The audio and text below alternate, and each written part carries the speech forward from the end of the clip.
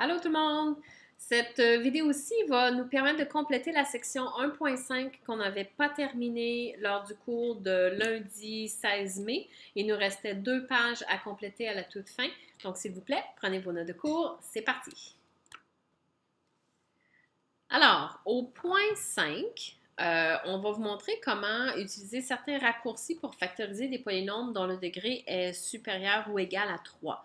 On venait de terminer un exemple où il fallait utiliser le théorème du reste et le théorème des facteurs pour trouver un premier facteur, ensuite factoriser et répéter cette boucle-là aussi souvent que nécessaire. Par contre, on peut être devant certains polynômes particuliers. Donc, il est parfois possible de factoriser un polynôme de degré supérieur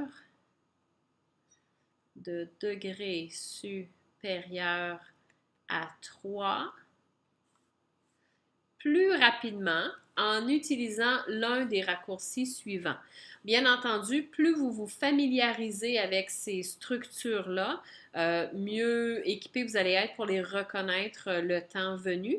Et si vous les reconnaissez, bien, c'est à ce moment-là où la rapidité devient un atout. Alors, on a déjà vu en 10e année la différence de carré. Bien, on augmente un petit peu le degré de complexité ici, puis on va parler de la somme de deux cubes et aussi de la différence de deux cubes.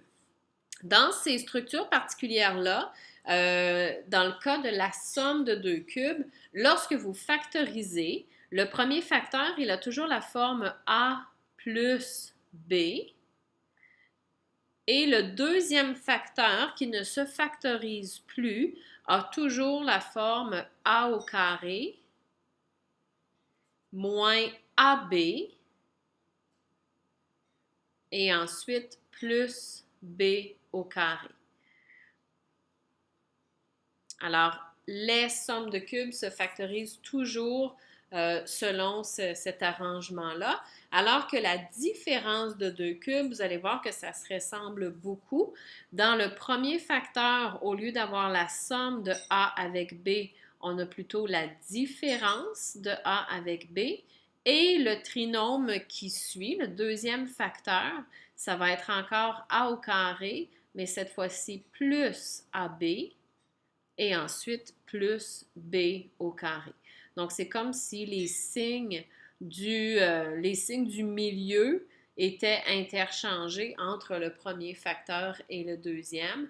Donc, lorsqu'on a une somme de cubes, le premier facteur contient une somme. Lorsque j'ai une différence de cubes, le premier facteur contient une différence.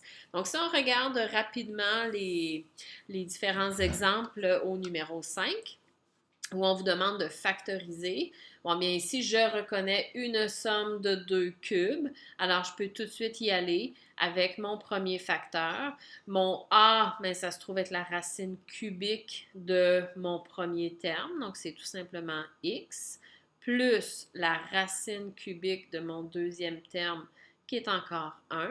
Et je construis le deuxième en prenant mon fameux A que j'avais ici, mais en l'élevant au carré, moins A fois B qui est comme x fois 1, donc juste x, et ensuite plus mon B au carré, donc 1 au carré, qui va tout simplement me donner 1. Donc, on a déjà terminé pour celui-ci. Si on s'en va à la lettre B ici, je reconnais une différence de 2 cubes, 8 étant dont la racine cubique vaut 2. Donc, je suis capable d'exprimer tout ceci comme racine cubique de x cube qui est x, moins racine cubique de mon 8 qui est 2. Ça va être mon premier facteur. Puis ensuite de ça, je vais avoir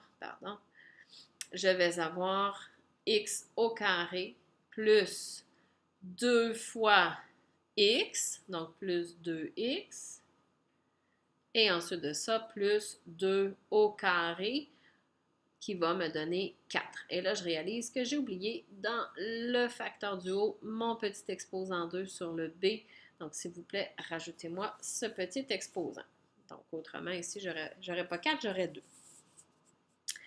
Donc ça, c'était un exemple pour la différence de cubes. À ce moment-ci, je vais vous inviter à faire pause et puis compléter les 4 autres exemples ou les 4 autres lettres dans l'exemple 5. Et je vous rattrape dans un instant. Quand vous serez prêt, vous ferez play, puis j'aurai les solutions à l'écran pour vous.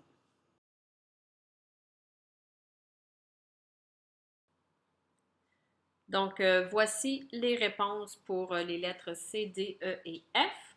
Donc, pour C, on a x plus 4, facteur de x carré moins 4x plus 16.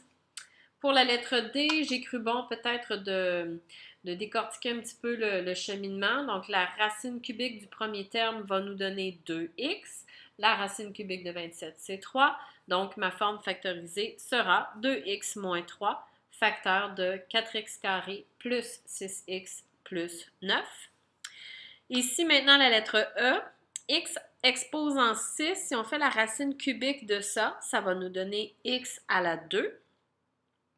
Si vous êtes sceptique, bien, réfléchissez un petit peu. Si tu as x à la 2 fois x à la 2 fois x à la 2 et que tu additionnes les exposants, bien, ça va te donner un exposant 6.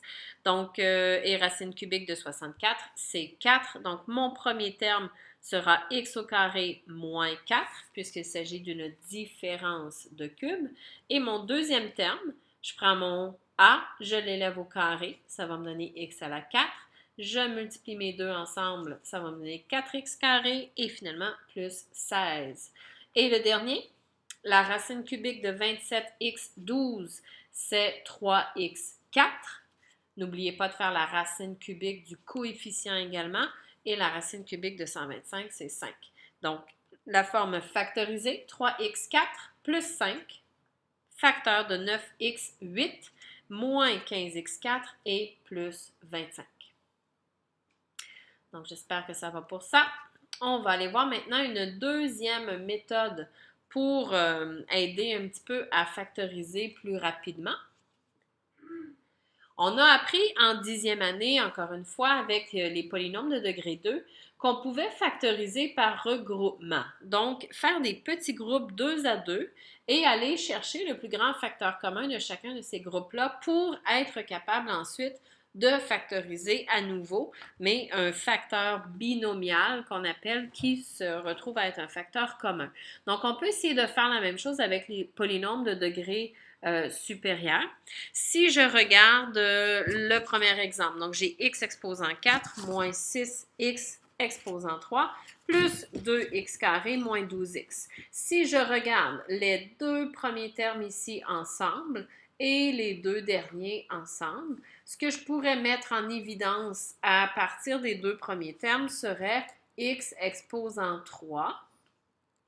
Ce qui me resterait ici serait donc un facteur x dans la première expression.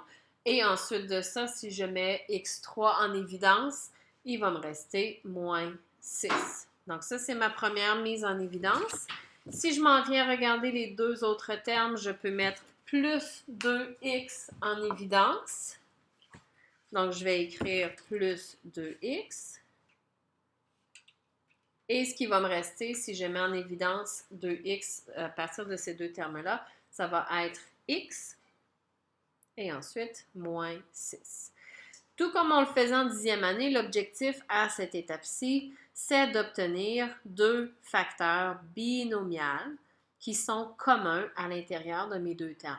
Une fois que j'ai ça, bien, ce facteur-là devient mon facteur commun pour mes deux termes. Donc, je le mets en évidence. Donc, ce qui me reste du premier sera x cube et du deuxième, ce sera plus 2x. Et voilà, le tour est joué sans avoir été obligé de tout faire la démarche.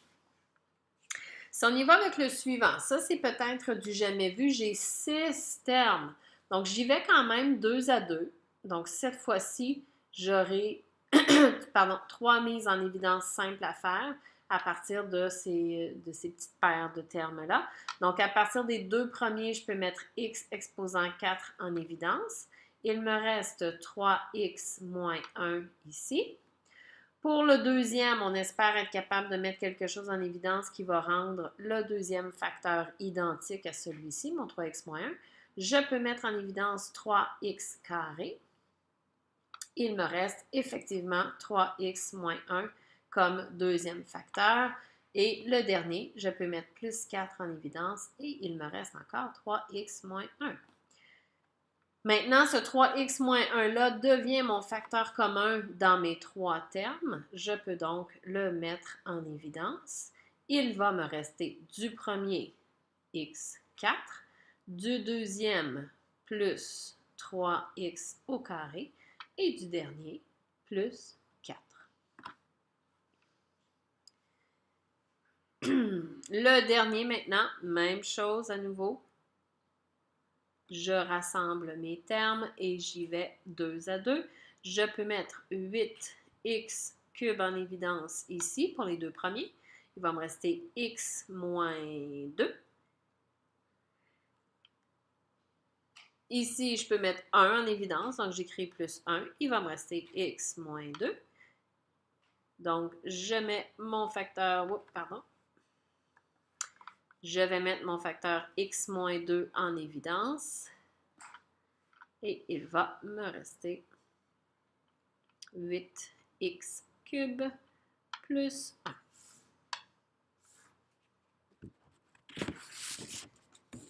Voilà pour ça. Dernière page maintenant. Troisième méthode, si on veut, ou troisième situation que l'on pourrait rencontrer. C'est ce qu'on appelle un trinôme bicarré. Donc, lorsque vos polynômes ont la forme suivante, et ça, je ne sais pas si vous l'avez déjà vu dans le passé, mais on a un polynôme de degré 4, mais je n'ai pas tous les degrés ici. Je n'ai pas le x3, je n'ai pas le x1. Donc, j'ai une forme x à la 4, x à la 2, puis x à la 0. Quand tu as ce genre de polynôme-là de degré 4, ce polynôme-là se factorise comme ceux qu'on a factorisés de degré 2. C'est-à-dire que je peux faire mon produit et ma somme. Donc, j'ai besoin d'un produit qui va valoir mon coefficient 1 fois 9, donc un produit de 9, et ensuite de ça, une somme qui va me donner plus 6.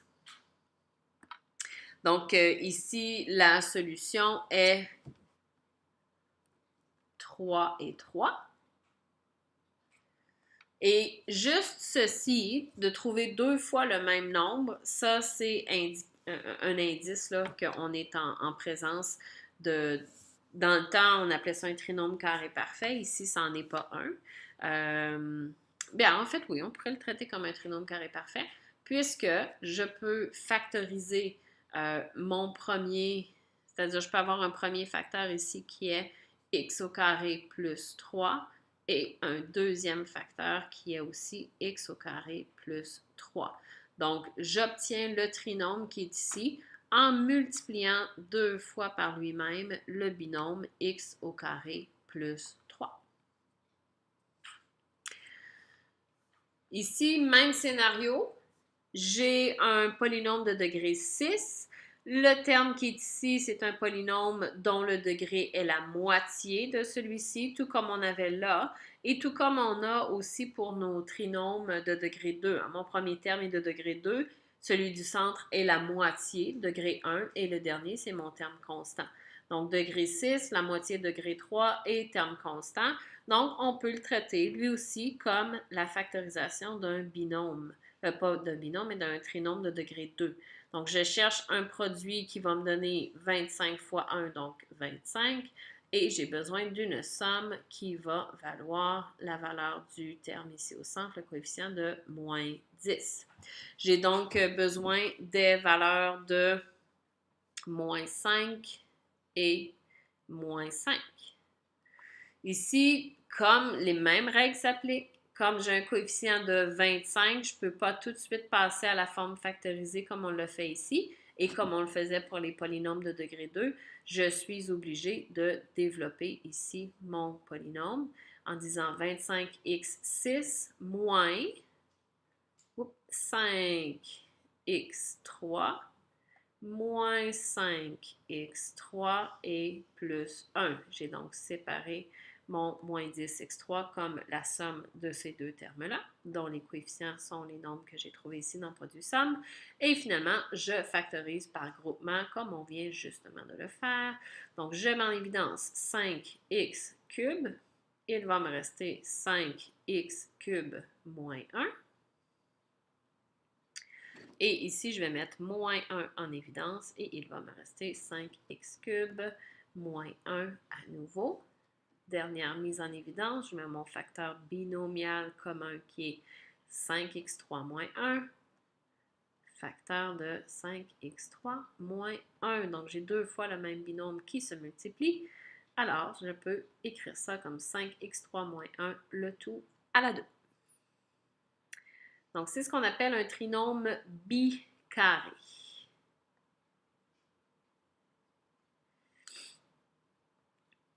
Donc, si on fait un petit résumé dans le tableau qui suit, pas trop bas. Donc, pour factoriser un polynôme de degré supérieur ou égal à 3, premièrement, vérifie si tu peux factoriser directement, c'est-à-dire s'il y a une somme ou une différence de cubes.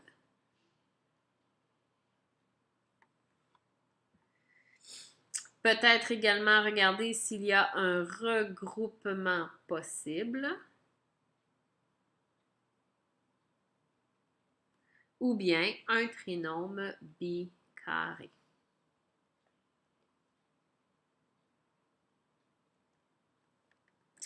Numéro 2, s'il semble impossible de factoriser directement, trouve K à l'aide du théorème des facteurs.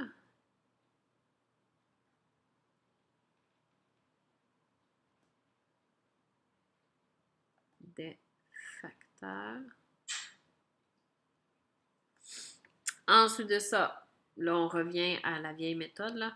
On divise le polynôme par le facteur trouvé à l'aide de la méthode raccourcie. Ça, c'est ici notre binôme de degré 1, mais dans le cas présent, ça va toujours l'être. Et ensuite de ça, on va factoriser le quotient. Donc, factorise le quotient. Deux options. Si le quotient de la division est de degré égal à 2,